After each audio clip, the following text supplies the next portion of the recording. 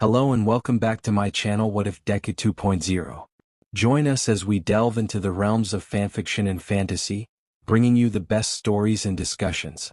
Today we're kicking off part 6 of our series, What If Vigilante Deku was owner of Cat Cafe? If you enjoy this video, please give it a like and subscribe for more content in the future. The author of this story is Arch12 from Archive of Our Own. All the relevant links are in the description. Feel free to say hello to the author on their profile. Now let's dive into the fanfic. So now the two of them are standing in the arena with the sounds of cheering surrounding them. Izuku grins and Shoto feels a chill run down his back. You see, while he was friends with Izuku, he held no illusions about the boy's talent and pure strength. Shoto Todoroki versus Izuku Midoriya. The son of our number 2 hero is pitted against his friend, a boy who's become quite famous as of late. Who will win? From the moment Izuku Midoriya stepped into Class 1A, he had gathered everyone's fascination. And the intrigue he possesses hasn't gone down one bit. Every move he would make just screamed danger. And Shoto was curious.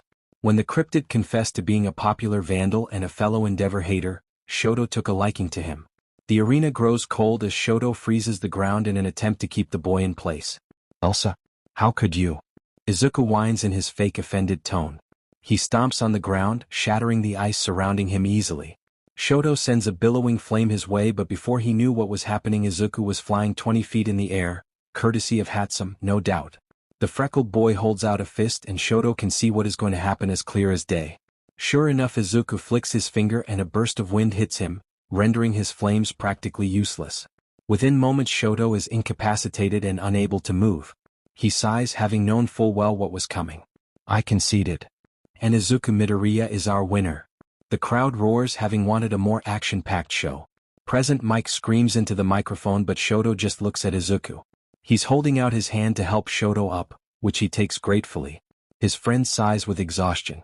Are we done yet? He whines and Shoto huffs out a laugh. I am. But you still have Ida to go against. Izuku places his head on Shoto's shoulder. God, kill me now. That would be very good for your health now, would it? Shoto retorts, to which Izuku flicks his forehead playfully. The class watches as Kaken absolutely obliterates Kirishima. Now don't get him wrong, Izuku likes Kiri. He's fun, encouraging, and overall a cool guy. But there was no chance in hell he was getting in the way of Bakugo Katsuki getting to the finals. Izuku cheers for both of his classmates as he waits for his match with Tenya. He glances over at him and sees him staring at him. Like what, ya see Tenya? Izuku teases, and much to his amusement Ida rolls his eyes. Stop that, Izuku. He scolds and Izuku laughs. Did you just roll your eyes? Izuku gasps. Oh my god, Tensei is going to be so proud. He says as he places a hand on his chest. Izuku turns to his friend with a nervous, bubbly feeling in his chest. No bad feelings after this fight, right? Ida gives him a chastising look. I'm not 5, Izuku. I'm no sore loser. I hope you won't be either. Izuku grins. How should I know? I never lose. And sure enough, that claim remains true. Within a few minutes, Ida is unconscious on the concrete stadium arena. He waves to the cameras with a smile as Present Mike introduces the next fight. Him versus Bakugo. The crowd goes crazy as they remember the two's competitive nature they have with each other. Izuku looks around and catches scarlet eyes. Kaken smirks and Izuku feels the anticipation growing in his gut. This is going to be fun. In a matter of seconds, Kaken is standing across from him. Izuku Midoriya versus Katsuki Bakugo. These two each pledged to win in the beginning of the festival, with Bakugo winning the first event, and Midoriya winning the second. Let's see who comes out on top. He looks at his childhood friend with a smile. You realize if I win, I'm winning dozens of bets we made over the years, right, Kaken? Kaken narrows his eyes at him. The same goes to you, Deku. After all your talk, now's the time to show off your stupid talent, nerd. Izuku gasps and smiles softly. I knew you knew I was talented, he says in a slight mocking tone. He grins giddily and Kaken rolls his eyes. Whatever. Kaken gets himself in his fighting stance. Come at me, beach. Happy to oblige. Izuku runs at him and feigns a punch before kicking. Kaken dodges the blow and explodes him right in the stomach. Izuku stumbles to the ground as he taps a button on his wrist. Tiny wires shoot from his bracelet, and if he's very careful he'll be able to capture Kaken. Unfortunately, the boy spots the wire and scoffs. You effer? Izuku smirks and sends a low kick in the direction of his distracted friend. He hits his ankles and Kaken hisses in pain.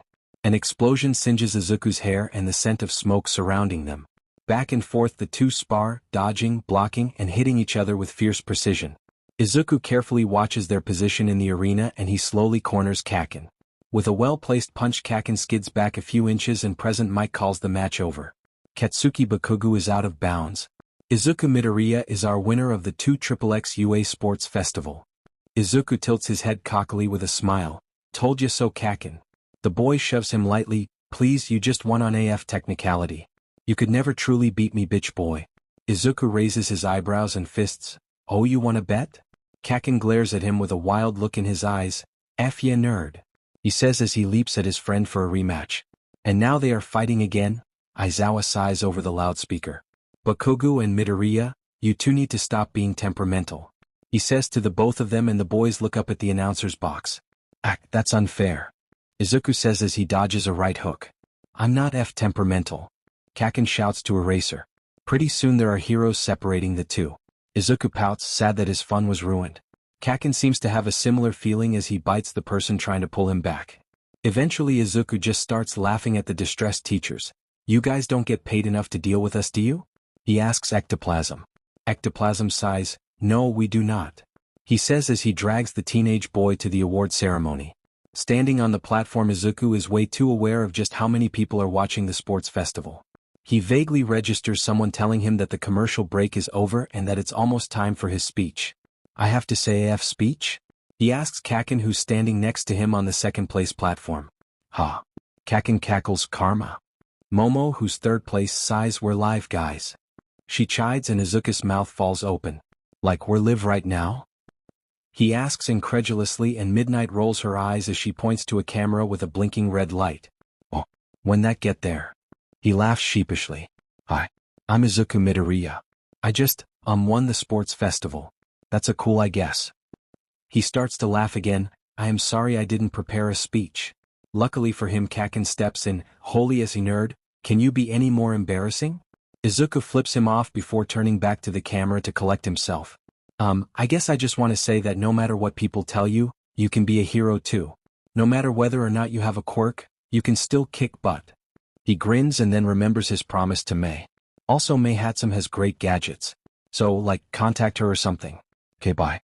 Plus Ultra. He waves to the camera as someone yells cut. Kaken turns to him, you might have. Izuku cringes as he faces his friend. Please tell me it wasn't as bad as I think it was. Kaken cackles evilly, it was so much worse than I was expecting. Izuku buries his face in Kaken's arm. I said that winning the sports festival was cool. I guess I'm never going to be able to show my face in public ever again. Millions of viewers, Deku. Millions. The blonde boy says with a grin. Momo comforts Izuku, don't worry Midoriya, I bet lots of people found your nerves endearing. She encourages. Izuku scowls at Katsuki, at least I have one real friend. He says as he wraps his arm around Momo's shoulder. So, who wants to go get victory dinner? Momo smiles, that sounds wonderful. Sounds like a literal nightmare. Kaken snarks but Izuku grabs his collar before he can walk off. Even if it's spicy curry? He offers, knowing the boy won't be able to refuse. Bakugu halts in his step and rolls his eyes. Fine. I'll give you 1 hour. 1. Yeah. Victory dinner. Momo cheers as the three of them walk off the field and over to where their excited classmates are waiting for them. Victory dinner ended up being a lot more packed than Izuku expected. Kirishima, Denki, Mina, and Siro wanted to join Bakugu so they tagged along. Uraraka, Shoto, and Azui also show up but unfortunately Tenya got a call and had to go. May Hatsum also joined, seeming ecstatic about the amount of exposure she got from Izuku's speech. Jiru was there with Momo and Izuku is pretty sure there's something going on between them, but honestly he's a little distracted because of the absence of another purple-haired friend of his. He hasn't seen Shinso since he broke his leg and he's a little anxious about it. He's probably feeling guilty for telling everyone his father is a villain. He should. Fifth says gruffly and Izuku doesn't know how he feels about that. He returns his attention to his friends where the Baku squad is debating whether or not weed is a vegetable. It's a leafy plant. Denki holds up a picture with his phone as he argues, you're telling me this isn't a vegetable? Are you serious? Are you kidding me, dunce face? Kaken roars, how stupid do you have to be to call pot vegetable? Denki sighs exasperated and turns to Ochako, what do you think? You're on my side, right? Ochako has a glimmer in her eye and Izuku knows exactly where this is going. She pulls out a baggie from her hoodie pocket. It can be a vegetable for 6,000 yen? Zero's jaw drops to the floor. Oh if yeah. Izuku laughs, she's going to drain your bank accounts, you know that right? Ochako smiles as Zero and Denki count up their cash. It's a lucrative business, what can I say? Izuku grins as Uraraka pockets the cash. You're like the F1 slur. A woman can only dream. She winks. You're a drag dealer? Momo asks with her jaw practically on the floor. Izuku smirks, having known about this part of his friend's life for quite some time. Ochako Uraraka is quite the anomaly. She's the sweetest girl you'll ever meet, and she never says a bad word about anyone. She's the last person you'd expect to have an illegal side gig. But she has bills to pay and things to take care of. So when an opportunity presented itself she took it. So here she is. A great mind for business and a surplus of charisma makes her a talented saleswoman. Uraraka nods to her friend. We can't all be born with a silver spoon. She explains as she hands over the drags to Denki. I never would have expected that, pink cheeks. Kaken says gruffly. Anyway, isn't this a victory dinner? She asks the table. Let's celebrate our victors. Attention turns to Izuku and he blushes at their stares. Luckily Kaken is more than happy to take the spotlight. Why are y'all looking at Deku? He just won because of a stupid technicality. Still won though. Speaking of, I think it's time for the losers of the bet to cash up. Uraraka beams. Izuku pays her, having bet on Shoto. Thanks for betting on me. She scoffs, purely strategic. You were always going to win, you knew that. Izuku smiles because in all honesty he isn't surprised with his win, this was planned. You make me sound cocky. She grins as the others pay her, Azui and Shoto for the bets. You say that as if it's undeserved.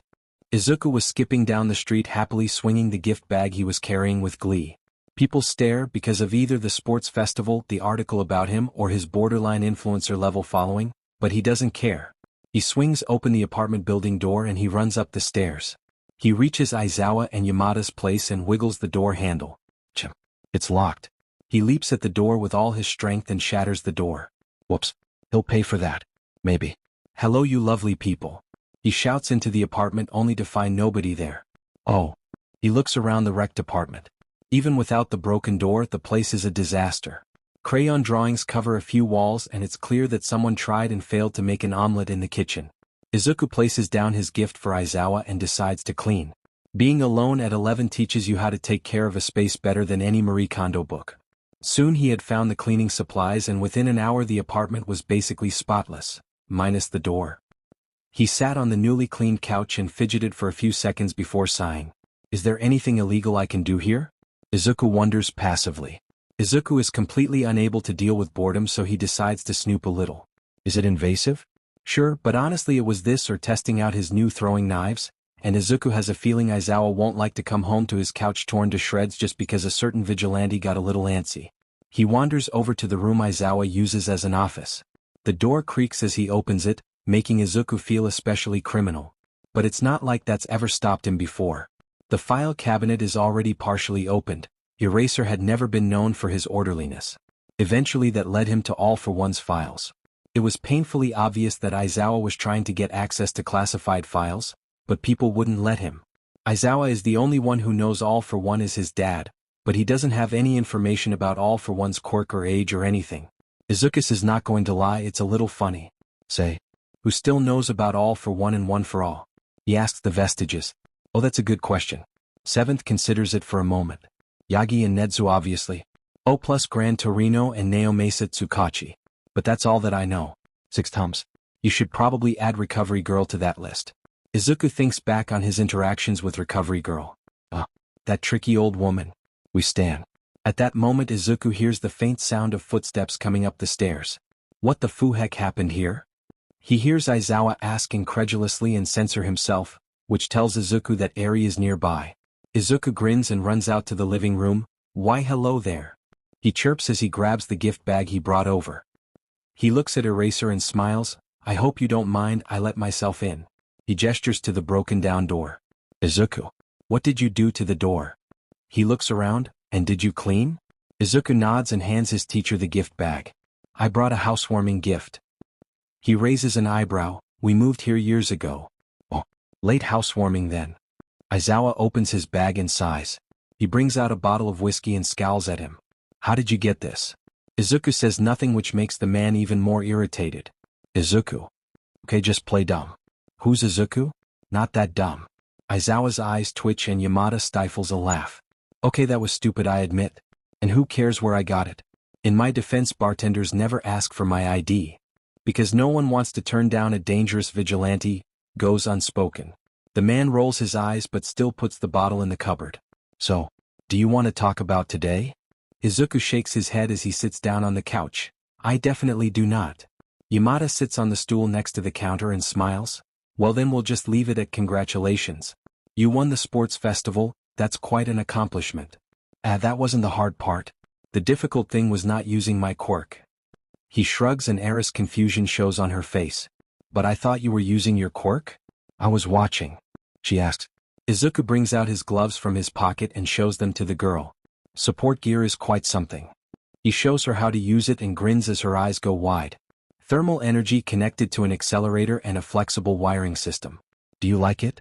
She gapes at him, but it looks like gloves. That's so cool. Thanks. Helping your friends build gadgets is a better outlet than arson. I can tell you that for sure. She looks at him with a tilted head. What's arson? He smirks. Well, people will say it's bad, but he says energetically, maybe he can turn her into a little hellion.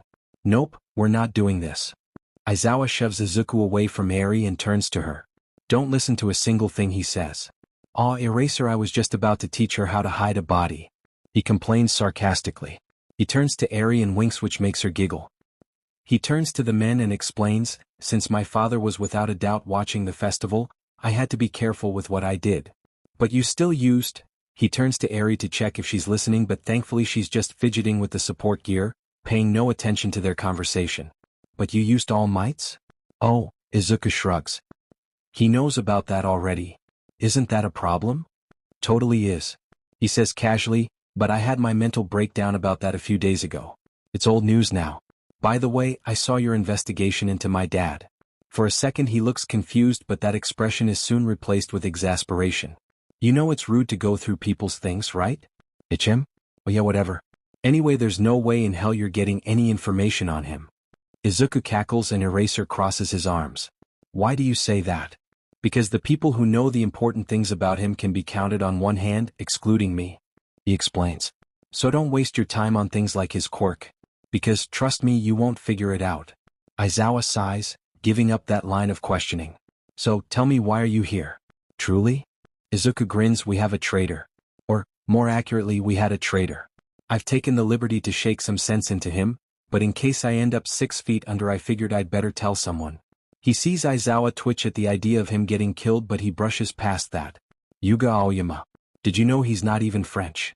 Je sais. I was shocked too. And you know this how exactly? Was gonna sell me out. Daddy dearest wanted information, but luckily I was there to be like, hey dude, what the hell? And he was all, wah, I'm so sorry. He's a bit of a winner honestly. Izuku says with a shrug. And you just let him go? Izuku scowls at the man. What? Did you want me to rough up a kid? You say that like you're not a kid. According to the Mizudafu Police Department, I am anywhere between 35 and 50. Izuku snarks as he heads towards the door. Yeah, well, they're idiots. Tell Sansa that for me, will ya? Fat chance. He deadpants. Aw. Izuku pouts dramatically as he fake cries. Unlike you, I have a sense of self-preservation. The man retorts. Izuku steps over the door he broke as he leaves the apartment. Boring. He calls out, stretching the last syllable as he does so. He pulls out his phone and sifts through his contacts. He feels restless and wants to do something about it. Finally he sees a contact and smirks. He clicks the call button and waits for the person to pick up. Say, what are you up to right now? Katsuki Bakugu is not a patient person. And of all people, Deku should know this the best. So why on earth is he late? He sits on a bench in the middle of the mall as he fumes. But before he can explode, he hears someone next to him mutter, "Is he okay?" And that's how Katsuki knows Deku is nearby. Sure enough, the twerp comes running towards him with a deep gash across his face. Katsuki wastes no time with questions. He just scoffs, "You're an idiot, you know that, right? And you're a crass ex-bully with an inferiority complex." His friend says back casually and Katsuki wrinkles his nose. What happened? Some old hag got her purse stolen? It was a watch actually. The boy smiles and Bakugu snorts out a laugh. Predictable as ever. Anyway, why am I here? Izuku grabs his arm and drags him towards a clothing store and Katsuki immediately knows what's going on. Don't tell me we're shopping? He complains as they walk in. Izuku heads straight to the clearance rack. He grabs a blazer and holds it up to his chest. Well, as much as I'd like to show up to court in my all-might shirts, I have a feeling that wouldn't be very professional. Since when do you give a shit about professionalism? Ah, touché. So court, huh? Those felonies finally catch up with you, Deku? He grabs the suit Izuku has picked up and immediately tosses it away. Geez, you really are hopeless. Izuku laughs. Being smart has never stopped me from being a complete idiot. You should know that by now, Kaken. But for your information, no, I have not been caught. Yet. I'm going to sue Endeavor. He says proudly. Bakugu's eyebrows raise quickly. The F? How's that gonna happen? Izuku winks. I have my ways. Anyway, he looks around the store and sees a few people looking at them intently. What's up with the onlookers? He asks as he pays for the suit shoved into his arms courtesy of Bakugu. Kaken huffs with pride. You're walking around with the winner of the obstacle course, Deku. Of course people are staring. He says, choosing to ignore that Izuku won the other two events. Izuku gives him a deadpan stare before speaking. You speak with the confidence of a much taller man, Kaken. The blonde boy whirls around glaring at him and Izuku takes that as his cue to run. With his shopping bags in hand he bolts towards the door as he hears the recognizable boom of his friend's explosions. Come back here. Kaken roars and Izuku runs to the escalators. He turns and sees an old lady standing next to him. He smiles and says, I swear kids these days are so angry. Amicho. The woman agrees. No manners at all. Izuku snorts and sees Kaken fast approaching, so he continues running, and for a second he thinks he's going to escape, but within moments the blonde boy tackles him. Per Izuku's luck they landed squarely in the fountain in the center of the mall. He hears a creak and all of a sudden the fountain wall cracked and broke, leaving the water to spill all over the marble floor. Oh. Izuku looks around and all the passers-by are staring at him. My bad. He says and his voice echoes around the now silent mall. Next to him is Kaken, who's completely soaked from the fountain. He cackles at Izuku's discomfort. This is all your fault, idiot. My fault? You tackled me. Izuku retorts as he stands up in the fountain. His clothes were drenched in water and the chill was seeping into his skin. Hey, you two come here right now. A mall cop came striding towards the two of them and the boys exchanged a glance. Immediately they decide to make a run for it. The boys turn tail and bolt away from the officer, which makes the man chase after them. Izuku looks over his shoulder to shout to the cop. I'll pay for it, I swear. Maybe. You crazy delinquents. The officer says as he slows down in exhaustion. Kaken snorts and flips off the cop and Izuku rolls his eyes. Once they get out of the mall they turn and hide in a nearby alley. They're dripping wet, out of breath from the chase, and they can't stop laughing. Oh my god, Kaken. I can't believe you. He smiles at him. We're in so much trouble. Kaken just shrugs though. You're the main character, no one's going to give a shit. Huh? What? Anyway, you should worry more about those clothes of yours. Kaken says, gesturing to Izuku's shopping bag that's completely soaked from the fountain. Izuku looks at it and groans, damn it. But then he looks up at his friend and smiles. I suppose we should leave before that cop finds us. As the pair walked down the street together, Izuku remembered the years of tension and hurt feelings that had occurred between the two of them. He looks at his friend with tears pricking his eyes. Kaken looks at him with a raised eyebrow. Huh? What are you crying, Deku? All of a sudden Izuku wraps his arms around the blonde boy before he could push him off. I'm glad we're friends, Kaken. He says quietly. He hears Bakugu sigh before feeling his hand ruffle in his hair. Yeah, whatever, nerd. Izuku stares down at the list in front of him with his mouth agape.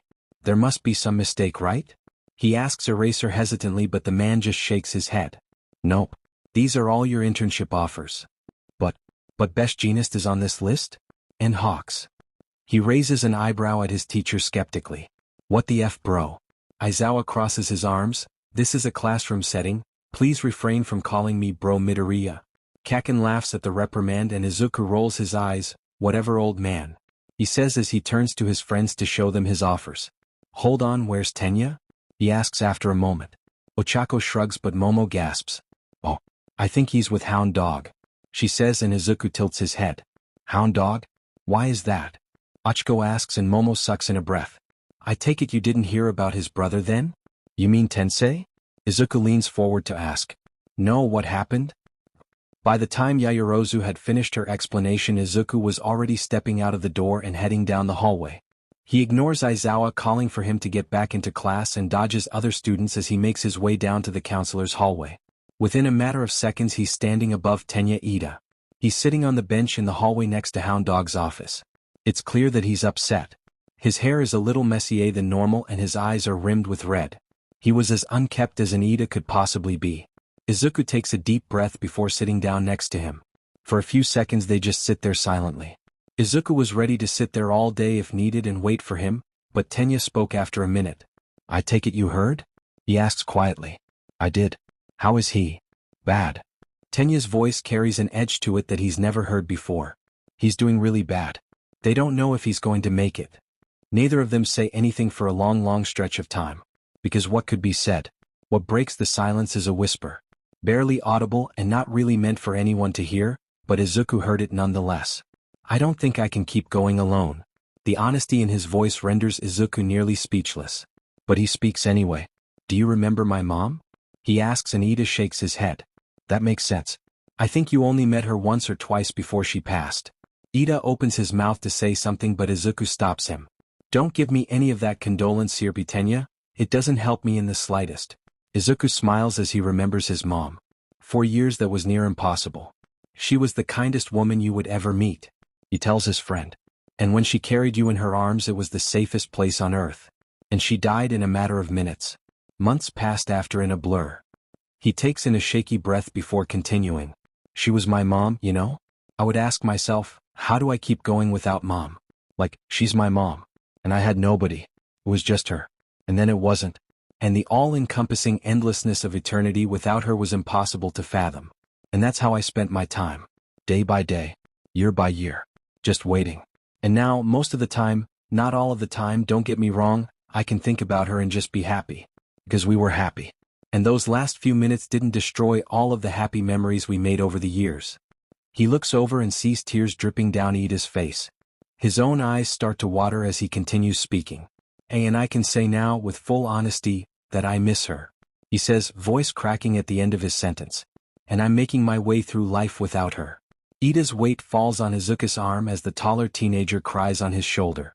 Izuku cards his fingers through Tenya's hair as he whispers something he had to tell himself every day for years. "You are alive. Do what you want.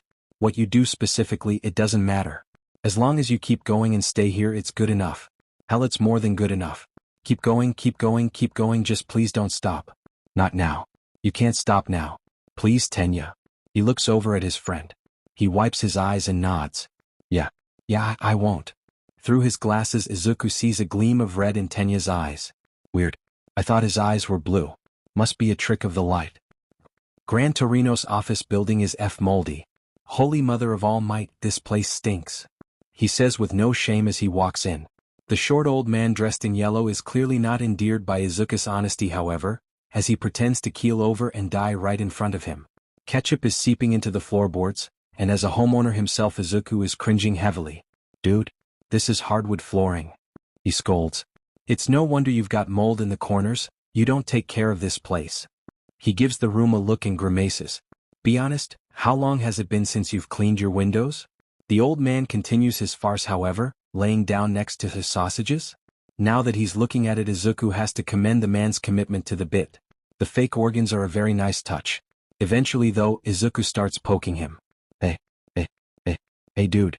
Bro, BLD and ketchup have very different smells, you're not slick." So pretty soon Gran Torino lets out a scoff. "Couldn't you have at least faked some concern?" the old man asks as he stands up. Izuku shrugs. "I dunno.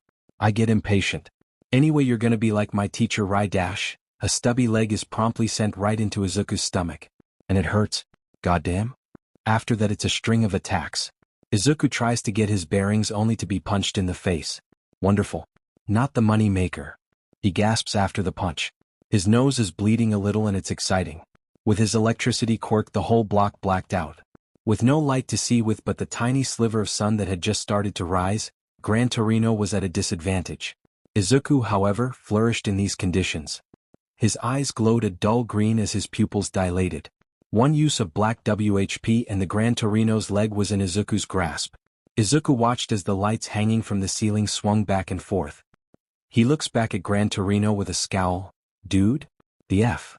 Gran is breathing heavily with a wry smile on his face. I mean, you did say you get impatient? Izuku hums agreeably, his last few brain cells having been knocked loose from the banana man's punch. Fair, I guess. So they continue sparring. After a while of impromptu training, Gran Torino finally explained his plan for the day. Izuku is going to Hosu. How fun. Not fun. He thinks as he stares at Inomo. Because of course it's Inomo.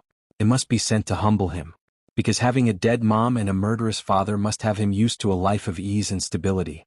This, in short, is what he screamed at the Nomu as he tore it to pieces. It tore the train apart, so Izuku figured that this was justice perhaps. Can't I have one day? He roars from atop the beast. I'd like to not fear for my life. He leans forward looking into the Nomu's glassy eyes where he's sure his father has placed a camera. Can you do that for me, Dad? He yells shrilly before tearing it in two. He collapses in a pile of organs, both human and not. He looks up with a BLD-soaked hero costume. He sees a girl with antlers recording the whole situation. His brain goes blank, but his body moves to react like it always does to phones. He just throws up a peace sign. Hosu is in total disarray, Izuku realizes quickly. Civilians are running and screaming and running and screaming. Oh my Nedzu! He mutters under his breath as he watches fires spread across the city. Endeavor is here. That means Shoto too. And oh no, Tenya. He turns to Gran Torino. I need to go, please handle Endeavor? He runs off as quickly as he can, using one for all and his speed quirks, but he still hears Gran's irritated response. You're my intern. Not the other way around. Izuku turns around and sticks out his tongue. Teenagers, I swear to God. Izuku runs deeper and deeper into the heart of the city. He smells BLD in the air. Where does it come from? A few left turns and a right until he finds himself face to face with a man so far gone. Behind his back, Izuku is trying to concentrate on sending a message. Anyone would do. Anyone. He looks at Tenya, sprawled out on the ground frozen. Likely Stain's quirk. Stain's blade drags against the concrete alley. It squeaks and screeches like nails on a chalkboard. Well, who do we have here? A young up-and-coming hero perhaps. After he finishes his sentence he strikes. It's lightning fast and Izuku just barely dodges. Oh, you're fast. No matter, it won't be long dash. He raised his sword. Before you break. Izuku's dagger splinters under the pressure of the duel. The fact is Stain's blade is strong. Stronger than Izuku's knives. But hopefully not stronger than Izuku. He throws off the blade and uses the pause in the fight to kick him right in the stomach. The man yells and Izuku sends out his black whips as fast as he can. But with one swift movement Stain darts around the whips. He stands above Ida, who's still frozen. Whether it's because of his own fear or Stain's quirk, Izuku doesn't know. The villain smiles. Cruel and unrelenting. The message in his eyes was clear. If I can't kill you, I'll settle for your friend. It's kind of like slow motion actually. Everything moves like jelly. It would be really helpful if it wasn't for the fact that Izuku is also in slow motion. His body moves on its own. It's instinct. He jumps in front of the blade. The moment it impales him, the entire world seems to scream. The voices of the vestiges, who had been silent for a few days now, gone to do whatever it is they do when he doesn't need them, yell all sorts of curses and profanities. But he doesn't feel it. Shock and adrenaline pooled with a variety of quirks have left Izuku numb, for now at least. But as quickly as the world slows, it speeds up again. He's still impaled on Stain's sword, but he doesn't pay that any mind. A single sentence runs through his mind. He's trying to kill Tenya. He's trying to kill Tenya. He's trying to kill Tenya. He's trying to kill Tenya. He's trying to kill Tenya. He's trying to kill.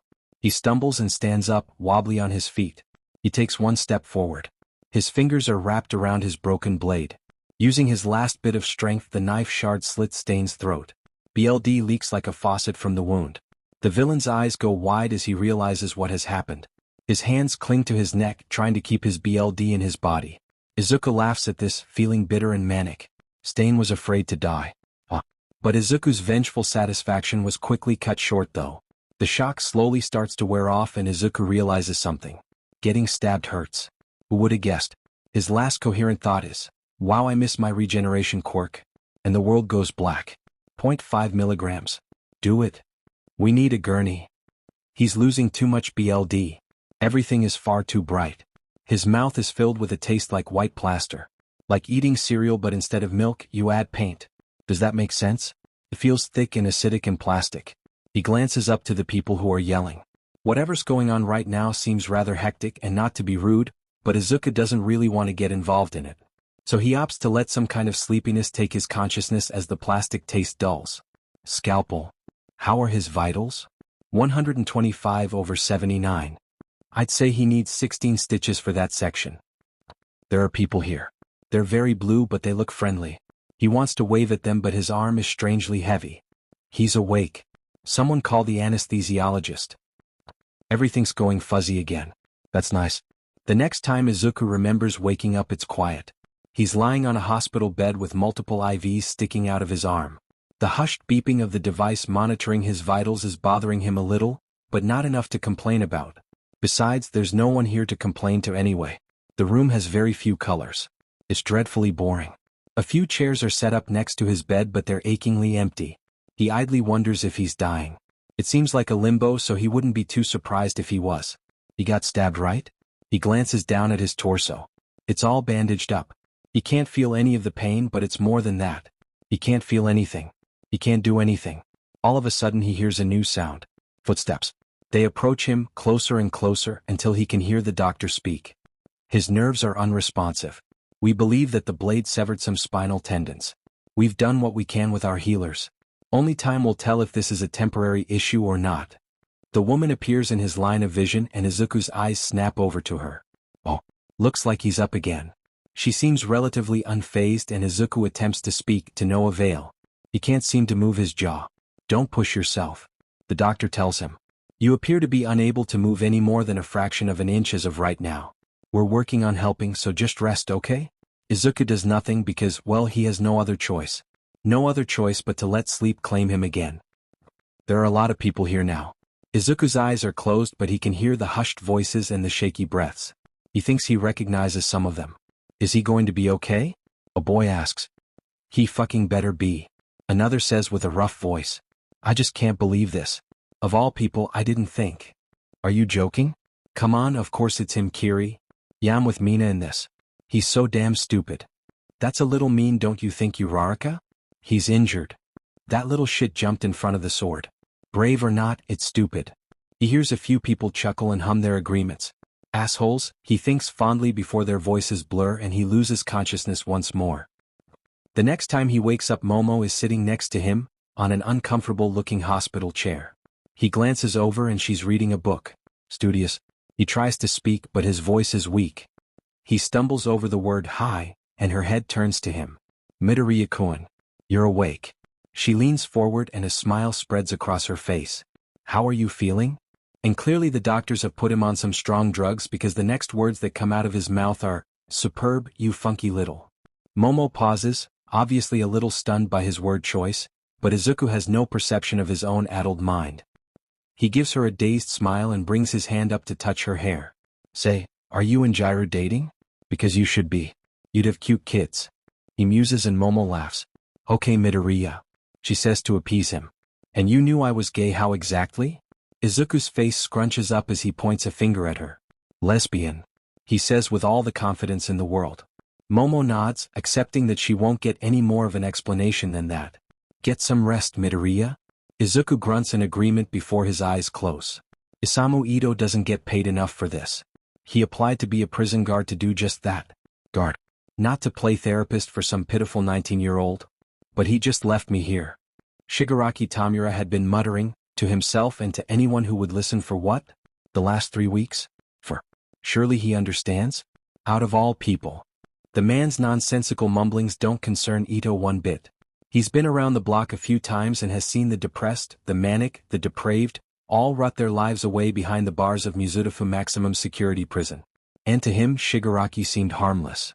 He hadn't even attempted to scratch out his own eyes. He was practically a saint. So when one random Thursday the man-boy really didn't get up immediately for breakfast, Ito had no reason to be suspicious. He banged on the bars. Hey. Inmate 3782. Get up. Some of us have things to do, you know. There was no response. Kinda strange considering Tamura was always a talker, always yammering about one injustice in his life or another. He looked in to see the man curled up in bed. Hey, lazy. Look at me when I talk to you. No response. He sighs. God damn it, if you're dead in there I'm gonna have so much paperwork. He takes his keys and searches for the correct one. You better still be fucking breathing, man. I do not want to do overtime again. He unlocks the cell and walks over and grabs the man's shoulder, turning him around. Are you dash? Pale dry hands grabbed Isamu Ito's hair and pulled his head down, straight onto the inmate's knee. A loud crack resounded that would have shaken most. Shigaraki smiled as the guard collapsed, pathetic like a limp noodle. Whether or not the guard would survive, Tamura didn't care. He was just enjoying the smell of blood. It had been too long. However, he had no time to dwell on such niceties. Other inmates were eating breakfast and most guards were there as well, but there are always those like, he looks down at the man he had assaulted. Like whatever his name was, whose job is to patrol. He stripped the guard down and stole his clothes. He shivered with something akin to delight as he felt all 5 of his fingers on the fabric, cheap and uncomfortable, but that was no matter. In the middle of the maximum security prison, a quirkless Tamura Shigaraki felt free for the first time in a long time. After grabbing the keys that had fallen to the floor, he walks out of the cell with seamless, casual ease. Chin up, Tamura. Master says in the back of his mind. Nobody questions the confident. Wherever you go, become someone who belongs. Shigaraki rolls his shoulders back and flips his stolen baton. For the next 15 minutes he's just a bored prison guard, and when he walks towards the shining red exit sign, nobody bats an eye. Yagi Toshinori feels like people are keeping secrets from him. It's an odd feeling for the #1 hero, revered by the world, with access to dozens of classified files and operations. But right here right now he's sitting in a hospital, his successor having been shish kebabbed by a dual-wielding villain. His successor who's a vigilante. He looks at the small boy in the hospital bed beside him. His cheeks are speckled with both freckles and scars and he looks so innocent. But Yagi isn't one to keep his eyes shut just to keep his own peace. He's seen the body of Kaizo Makaguro, also known as Hero Killer Stain. 6 feet under the ground due to this young boy. Don't get him wrong, he knows the world is better for it. Young Midoriya has saved many lives by doing this. But he sighs and tilts his head back, knocking against the eggshell-colored wall. He looks over at the door and is only a little bit surprised to see his old mentor, Gran Torino. You look like shit. The old man speaks bluntly, never having had much tact. Wow, thanks. Yagi rolls his eyes, feeling like a kid again. What's the deal with this guy? There was no need for Gran to elaborate. They both knew exactly what he was getting at.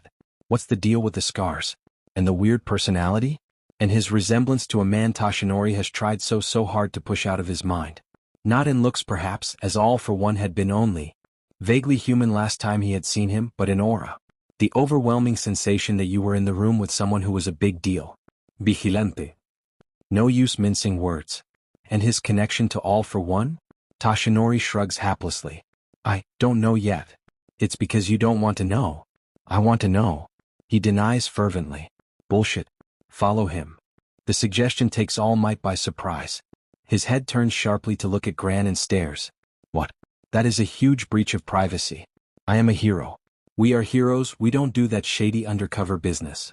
Oh, don't we? Toshinori, that boy of yours is hiding something. And we cannot afford to take liberties here. Not when it comes to him. I don't want to. Tough shit.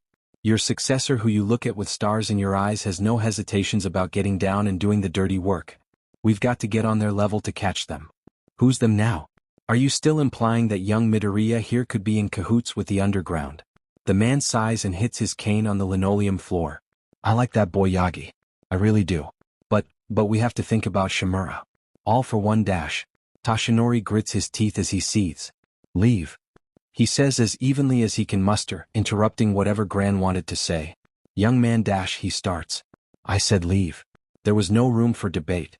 Gran Torino was a huge influence on him, sure. But Toshinori was the #1 hero. He had a certain amount of authority that not even his elder could refute. I say what I do for your own good.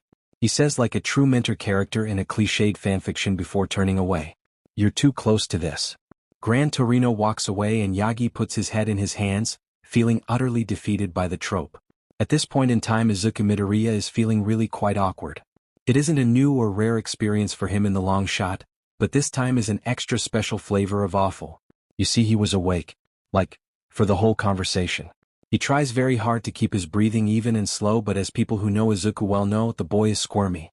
His arm itches and he's in an uncomfortable position and he needs to move. Can All Might please just leave? Izuku. How unobservant do you think I am? Very? He peeks an eye open to see All Might, his arms crossed in the chair at his bedside. The man has an amused smile on his face. But that quickly shifts to a sadder, more serious smile. So I take it you were awake while me and Gran Torino were talking? Izuku's response is a sheepish smile. Sorry? But in my defense it was kinda stupid of you to have that conversation when I was very clearly in the room. I will concede that point. Toshinori admits. Also kinda stupid of you to not investigate me. Izuku says, chronic yapper that he is. All Might's gaze focuses laser sharp on him again, paying vehement attention. The man seems to have a hard time figuring out what to say to that, so Izuku thinks he'll help him out and speak instead. I mean, Gran Torino is right. Not about me being a villain, but about the fact that you can't take liberties. All for One is out there. You know this. Izuku says with the smallest shrug he can manage without disturbing his injury. God, you're chiding me like I'm the teenager here. The blonde man chuckles. But seriously, you're encouraging me to look into you? Why? His eyes narrow as he watches the boy. Oh, I am, aren't I? Damn, I need to shut up more. Izuku says, eyes wide and thoughts seemingly empty. Toshinori sighs.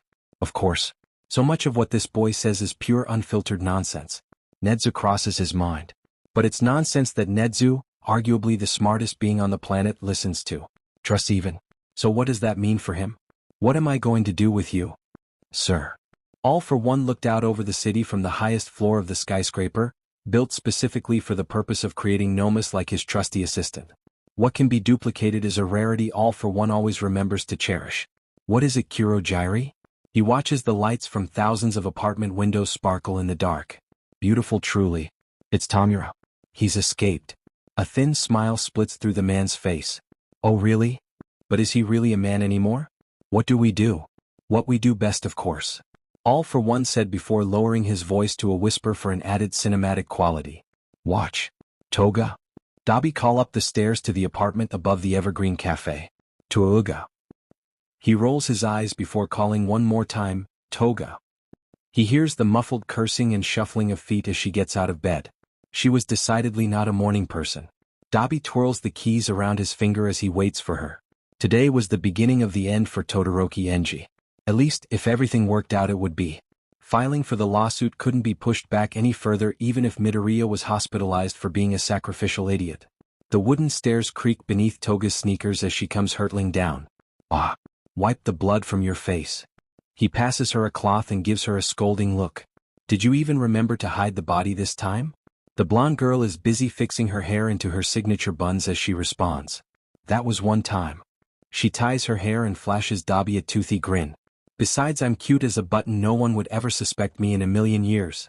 She says in a cocky sing-song tone. Narcissistic much? He grabs her by the ear before she can get distracted by Uraraka, who's working behind the cash register, and drags her out the door. He tosses the key to Evergreen over to Shinso, who looks like he'd rather be in bed right about now, and then the two of them leave. They get into Dabi's car, 2 decades old and breaking down. What can he say? Dabi's never been one for upkeep. The drive to the court is quick, and within a few minutes Dabi is standing in front of the courthouse, papers in hand. Himiko clings onto his arm, reminding him of a baby koala.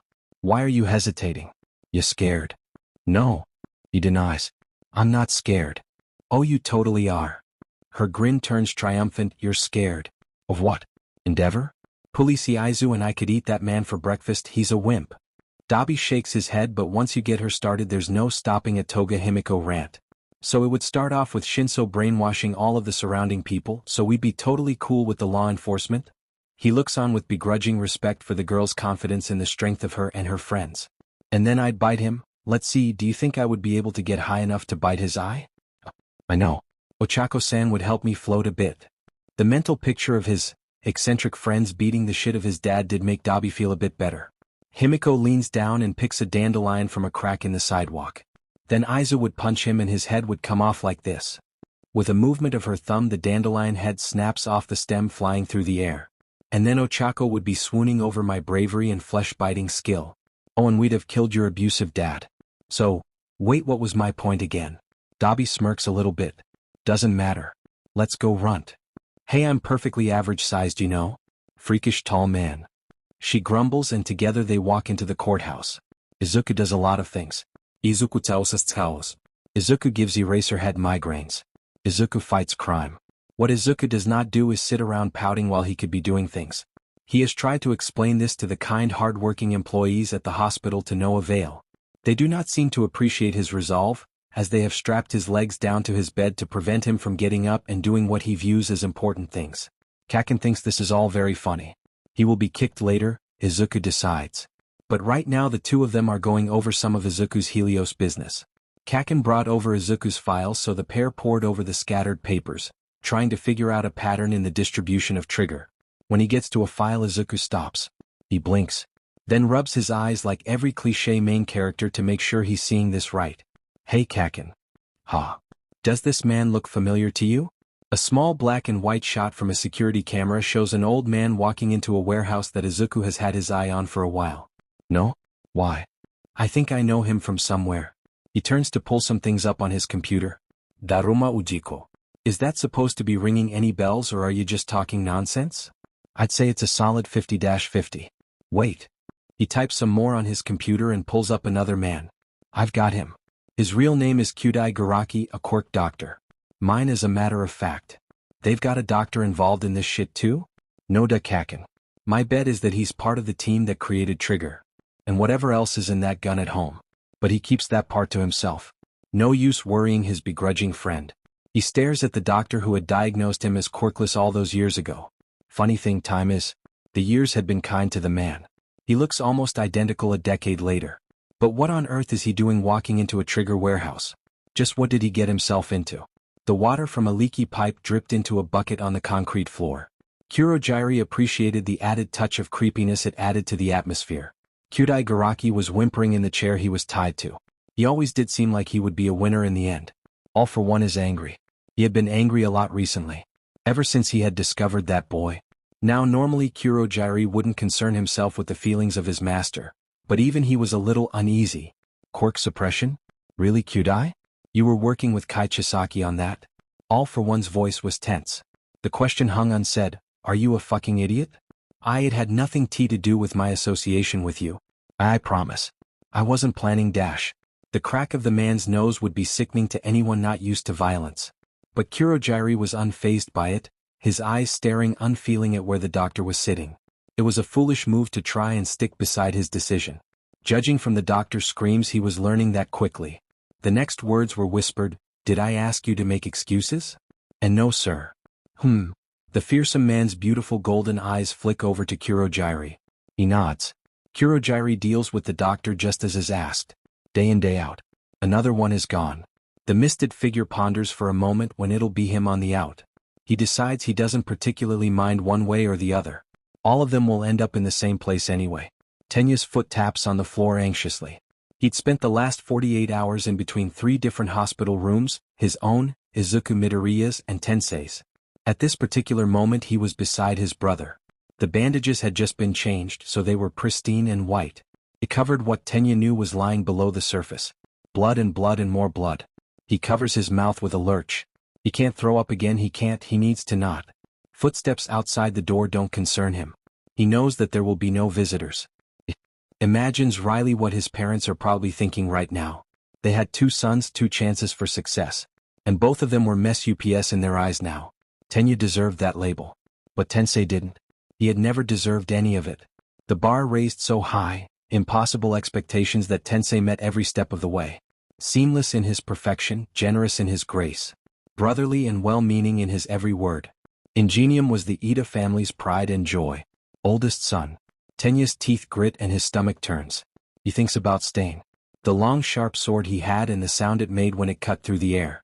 He thinks about Izuku and the way his body stiffened when that very same sword was lodged in his stomach. Ida had been behind him, which meant that he could see the blade peeking through his friend of so many years. Impaled thoroughly. So close to dying just as Tensei was. And all because of him. He feels the bile climb up his throat and he runs over to the trash can and retches out the small amount of lunch he'd been able to swallow. Can't even keep food down. You absolute failure, Tenya Ida. Sunday. The soba is too hot. Shoto stares at it. It does not stare back. I know he was disappointed too. Penny for your thoughts? Azuitsuyu is sitting across from him crouched in a frog-like position. Oh. Shoto blinks and pulls out his wallet. He searches through the pocket meant for change. Will nickels do? Sue smiles in a way that makes Shoto feel like he's missing something. No, it's a phrase. It means, what are you thinking about? Oh. He returns the change to his pocket. I'm thinking about my brother. How's Natsuo doing? She asks. She does this to express something strange she referred to as care. Shoto realizes he does not hate being shown care, so he allows it. No, not him. Really? I didn't know you had another brother. Yeah. He's dead. Or was dead. He pokes at his soba a little bit. Sue blinks. What does that mean, Karo? He faked his death. And how do you feel about this? He furrows his brow. Feel? Fine. She raises her eyebrows and gives him a look. Fine. I missed him. Tsuyu smiles. So where is this used-to-be dead brother of yours? Does he live around here? Shoto raises his arm and points to a man that's maybe 20 feet away, and Azui nearly chokes on her noodles. What? Dabi was not sure why Shoto was in the Evergreen Cafe when Izuku was out. It seemed odd for his brother to spend so much time here if not for Izuku. But he won't deny the swell of pride he got seeing his estranged brother with a friend. So he was a little distracted that evening when he was taking the trash out and he stumbled right into a mugging. He looked at the two men holding a knife to a third man, much smaller and clearly petrified. The bigger one snarls, "Get out of here if you know what's good for you." The small man whimpers out what was probably some kind of plea, but honestly Dabi wasn't paying much attention to him. He's about to head back into the cafe and leave the men to their violence and whatnot before he caught a glimpse of the mural on the side of the building. Izuku had painted it a few weeks prior. It was a horrendous orange and green mess that spelled out Endeavor. It was charming, truly, with insults and profanities galore. He glances at the small man. God fucking damn it. He punches the bigger man in the jaw and knocks him down. The second man runs at him, but Dabi burns him before he can get too close. After a few more kicks to fully deal with him, Dabi sighs. The whimpering man slowly gets to his feet. Thank you. He stammers, his eyes betraying an enormous amount of gratitude. Gross. You now shoe or something. The man doesn't hesitate, bolting out of the alley as fast as his chicken legs could take him. Dabi's gaze turns to the end of the alley to watch the man run when he sees, oh fuck. Shoto blinks and stares. He never really did much else for show of emotion. Are you a villain? A reasonable question after seeing him beat up several men. The question is phrased like it's simple, the answer used to be so much more clear-cut. His shoulders are tense and he eyes his exit options. Somehow under the cold, unflinching gaze of his baby brother, Tuya Todoroki doesn't know what to do. So he goes for his old reliable posturing, gruff and hot-headed. What's it, Tuya? There's a pause. Then, does Mom know? No, and you certainly won't be telling her. Wait. What the hell? He stares at his brother, now 15, and all too capable of full-fledged survival. So different from the tiny Lego-eating thing he had been. Fuyumi says that swearing dirties the mouth, you know? There's a glint in his eye and Dabi is stunned. This little shit is getting sassy with him. I don't, you know? Midoriya told you? Of course. Dabi couldn't have expected anything else. That boy, though courageous, has a prying streak a mile wide. He didn't have to. What? What is happening? Dabi leans against the building for support. His legs are feeling a little weak and things are spinning a bit. Shoto takes another step towards him. Are you okay? I'm shocked. He looks at Shoto closer now. He had taken off his backpack and dropped it by the dumpster. Dabi sees a plethora of random pins and he has a few keychains. It's nothing like he'd expected Endeavor's golden child to have. He points at it. I don't suppose Dad okayed that? Shoto looks at his bag then back at Dabi. Well, Dad is an asshole. A smile tugs at the corners of his mouth. I thought cursing dirted the mouth him? He shrugs. What Fuyumi doesn't know won't hurt her. Dabi leans back, his head hitting the brick behind him. You're gonna have to give me a minute. I don't know what. I have so much to say. But right now he raises his hands in a hopeless gesture. I've got nothing. Shoto stands next to him and leans against the building with him. That's okay. My friend Denki says that sometimes you have a thought, but then you get another one and it makes them bounce off each other and then you lose them both. Sounds like a smart kid. Dabi says sarcastically. Really? I never really get that impression from him. Never mind. The two of them stand there watching as people pass by on the street. The sun lowered, turning the sky a serene orangey pink before shifting again to purple. Silence stretches between them, the years of resentment and mourning falling flat, unimportant compared to a simple truth. I missed you, Sho. Izuku brings a silly goose kind of vibe to the function that people don't seem to appreciate. He says as much to Eraser as they're going through the discharge process. But we all know that he's never really valued Izuku's creative vision like he should. All I'm saying is that it would be extremely helpful if you could get down from the ceiling. Is that really such an ask, Midoriya? Eraser looks well rested actually. Izuku supposes that knowing that his menace/vigilante/student is stuck in bed at all times is helpful for a good night's sleep. But Izuku is bored. And the paperwork is taking too long and he's just sitting here and quite frankly he wants to stab something. Where is Himiko when you need her? But because he is such a well-behaved angel of a child, he unhinges himself from the flickering fluorescent light and flips himself down to the ground. The nurse who was on duty when Izuku was wheeled and all impaled like winces as he watches the teen move around with reckless abandon. He stretches, enjoying the healing recovery girl provided. She was less than enthused that Izuku got himself hurt again, but what can you do?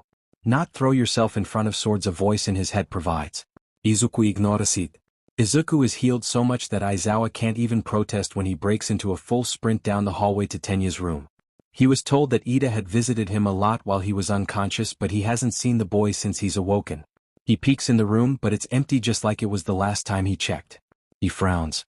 He knows that Tenya hasn't checked out yet, so where on earth is he? To curb his boredom he decides to listen. Not listen like you or I would, but really listen. A quirk that can distinguish a sigh of love from one of relief. Close your eyes for just a second. The sound of your eyelashes fluttering against your cheeks roars as if waves crashing on a shore. And so he listens. A grandpa is walking to his granddaughter. The rubber on his cane taps rhythmically. To his left a woman clinks coins into a vending machine. It makes him wince as the change clatters into the box. The man he'd taken this quirk from had been on the edge of madness, sounds from across the country rumbling around his head, a current that overpowered him, unable to be leashed or reined in. Until, of course, Izuku came. Oh, where was he? Right. He was listening until he heard it. A slap. Clean and clear in the stale hospital air. 3rd floor. Izuku bounds up the stairs, 2 or 3 at a time, until he reaches room 353. He stands there and shuts down his ability to listen. He doesn't need it, not when the argument is so loud. He knocks 3 times. Everyone in the room hushes and Izuku feels akin to a scary librarian. Come in. The woman's voice sings unwavering, but when Izuku opens the door he can see it in her eyes. The annoyance and unease. Izuku looks around and sees the entire Ida family in front of him. Tenya is standing face towards his mother, who looks so much like the 2 brothers, with stern eyes and a tall stature. The father is sitting in a chair beside Tensei's bedside, and Tensei is awake. Izuku's face breaks into a grin before remembering the situation. His smile falls and he glances at Yumi Ida.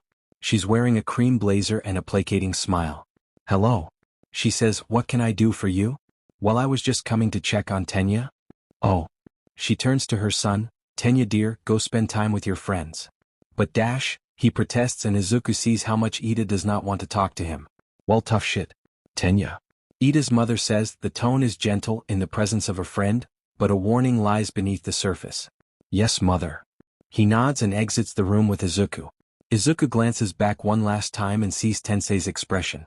A shell-shocked look of disbelief and dismay.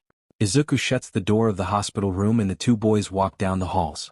Izuku and Tenya's footsteps are the only sounds in the quiet hall. Izuku waits until they're a fair distance away before he asks, what happened? It's a tough balance between kind friend and resentful vigilante. But Izuku always does his best to keep his occasionally erratic temper in check. Tensei is getting married. What? Oh my god. He looks at his friend, cheek red from being slapped. His angry eyes and furrowed brow. He then says quietly, oh my god. He's never even met her. But all they talked about was how they'd make such strong babies and how her father is a CEO or something. And you know what the worst part is, Izuku? He's going to do it. Again. Just like he always does. What? I don't get it. Izuku sighs, I don't know. Neither he nor Tenya had the type of steadfast acceptance and flexibility that Tensei displayed for his parents. Tenya was rigid in his traditions and morals while Izuku was eager to fight against the current on everything people propose. Tensei was a creature unlike their kind. I truly don't know. He watches as Tenya balls up his hand into a fist and punches the glass of the vending machine, causing cracks to form like frost on a cold winter window. Even without a strength-type quirk, Tenya Ida was a force to be reckoned with. His eyes glinting from the flickering lights, his build large and his expression is that of resting severity make for a terrifying sight in that moment. The boy pulls his hand back and shakes it out before clasping them in front of him. He clears his throat, I am sorry. Don't be. I am a big fan of temper tantrums myself. That wasn't well? I suppose it was. A look of shame and embarrassment passes over his face and Izuku loops his arm around Ida's. Come on, let's go to Evergreen.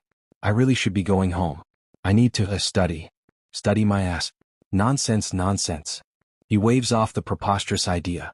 He's not letting this loose cannon out of his sight. Izuku. The look in his friend's eyes was urgent and sincere. I can't go with you. Izuku stops walking. He looks down the long hallway. He considers his ability to lift Tenya up like a sack of potatoes and bring him to the Evergreen despite his friend's wishes. Why can't you? You know why? They monitor my every move. Izuku is in front of Ida, but even without seeing his friend's face he knows that Tenya has an even expression. Resigned. The Ida brothers have that look all too often. Just for today? Please. For my own peace of mind. Izuku, I'm not going to do anything. He bites the inside of his cheek as he considers his next words carefully. It's a precarious dance trying to measure out his own sincerity in order to not overwhelm those around him.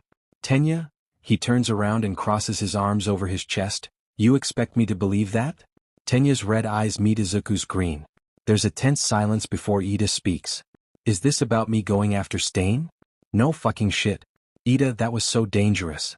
Izuku's voice is slightly raised but he can't help it. Don't you realize that? If it wasn't for me you would be dead. Dead, Ida. And that would have been my prerogative. Is Ida's curt response. Oh, Izuku hates that. Izuku points at his friend as he says, you have people who care about you, Tenya. You have a brother. Think for one moment before doing something so goddamn fucking stupid. You're so smart, man, but right now. He inhales deeply as he takes a few steps back, distancing himself from the other boy. Are you really one to be lecturing others about rash behavior, Midoriya? Izuku phrases. Ida knows. How does Ida know? You followed me into that alley. And you killed him. Izuku releases the breath he was holding. All Ida was talking about was the murder. Thank God. I did what I had to in order to keep you safe. That's not the problem I have with it. Oh. You laughed. Ida studies him carefully. You slit Stain's throat and then you laughed. Tenya's gaze bores holes in him but Izuku responds with his own never-wavering stare. What do you want me to say, Ida? Ida sighs. Nothing. You don't have to say anything. Just, don't act like I'm the crazy one here. Izuku blinks. Well shit. Fair enough.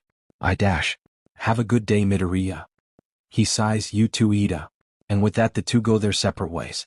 Tenya goes back to his controlling parents and their impossibly perfect expectations of him. And Izuku goes back to his reckless tendencies and an ignorance of his own mortality. Two boys who are just so angry, and they leave it all unsaid.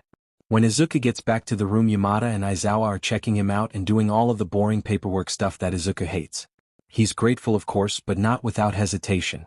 Isn't this the sort of stuff that you had to sign yourself? For, like, the legality of it all? All right, let's go. Aizawa hitches his bag over his shoulder and Izuku looks between the men waiting for someone to explain. Mike is looking through his own bag. Do you have the keys? Oh yeah, here. The keys jangle through the air and Izuku reaches up and snatches them before they could reach Mike. Midoriya is the half-hearted chastising he receives from Aizawa, but it's clear the man isn't really trying. He doesn't have his heart in it. What's going on here? Izuku asks with a curious frown. Present Mike raises his eyebrows and looks over at his husband. You didn't tell him? Aizawa turns sheepish under his husband's scolding tone. Aizawa sheepish. Izuku would have taken a picture if he had his phone with him. I figured it might have gone over easier if we just did it. You mean like a kidnapping? A very well-meaning kidnapping. Aizawa says finally. So, why am I being well-meaningly kidnapped? Izuku asks. Well, to put it bluntly, you are considered something of a flight risk. Izuku is flabbergasted. What? Present Mike smiles in an attempt to make Izuku at ease. It's really not a big deal, it's just something to keep Nezu appeased. So, I'm staying with you guys? Why? Because you killed a man. Eri chirps, wait, Eri? His head whips around in her direction. Was she always here? And how do you never mind? Izuku decides not to question her knowledge of the gruesome happenings of the hero world. Eri wanted to come with us when we brought you home. Mike explains and Eri nods along fervently with his words. Oh. He looks at Eri who's clutching her teddy bear in her hands. Oh. Is that okay? Aizawa asks and Izuku can feel him staring. It makes him feel a little bit uneasy under the surveillance but he knows it comes from a place of care. It's Nezu's demands but we can tell him to screw off if need be. Izuku shakes his head and swallows. No, it's fine, it's whatever. Aizawa raises an eyebrow. Are you sure? Yeah, it's no biggie. Izuku lies. The mention of home has him a little rattled, but he's not going to let his own weird shit make things awkward. I mean, I've been meaning to steal more classified documents from your place after all. This just makes it easier. He speaks with a casual air and a small smile. Ha. Aizawa replies deadpan, you should know you're not going to be out of my eyesight for 2 seconds after the stunt you pulled. That stunt saved Ida's life, thank you very much. Izuku mentions as the four of them walk out of the hospital into the chilly morning air. And risked your own. Stupid. The way Aizawa's voice rang out on the last word, pained in a way, gave Izuku pause. But of course he's not going to let his own hesitation show. Some would call it heroic. He says a little bit cockily as he gets into the car. If you had a license? Sure. But for now it's simply stupid. Aizawa looks back at him. You're a lot of things, Midoriya, but stupid isn't one of them. Izuku shuts his mouth before he can make more refutable points. On the car ride to Aizawa and Yamada's apartment, Izuku looks out the window and watches the soft clouds float by. For a silly moment he wonders about his father. Did he ever have a name? Like an actual human name, not just a villain moniker to inspire fear. Izuku draws wonky stars in the foggy windows as he remembers his dad's face. Freckles, the trait passed from father to son, somehow looked so different on the two of them. After staring off into space for longer than what would probably be considered polite, he feels a pair of curious eyes on him. He looks over at Eri, who quickly averts her eyes. Izuku wishes, not for the first time, that he had learned about her earlier, to prevent some of the damage done. But he resolves himself to do what he can to inspire courage in the aftermath. That morning alone in his office, Nedza dials a number. It rings a few times before someone picks up. Hello? Hello, Mr. Tsurigami. Ah, fuck. Language. The rodent scolds, but truthfully he's smiling. He always likes having the upper hand, and the loss of control that comes with cursing is a sure sign he has it. What do you want, Nedzu? TSK. So impolite. But since you ask, I suppose I could tell you about a little something that's been troubling me as of late. The police chief sighs on the other end of the line, and Nedza kicks his feet with glee. Have you heard of Kaizo Makaguro by any chance? You mean the hero killer? No, I don't think I do. What air? Oh. Nedzu, this is out of the question. Is it? He says with a smile. Yes, you can't expect me to cover up the death of Stain. It's not possible. Oh, but you're the chief, aren't you? You call the shots now. Plus he's a murderer. So what if someone killed him? What goes around comes around. I am in law enforcement, I have to uphold dash. You uphold nothing. Might I need to remind you of why we're in contact in the first place? Kenji Tsurigami swallows. A beat passes between the two of them. Fine. But this is the last time. Nedza laughs. Oh my. You're funny. Goodbye, Kenji. And with that he hangs up.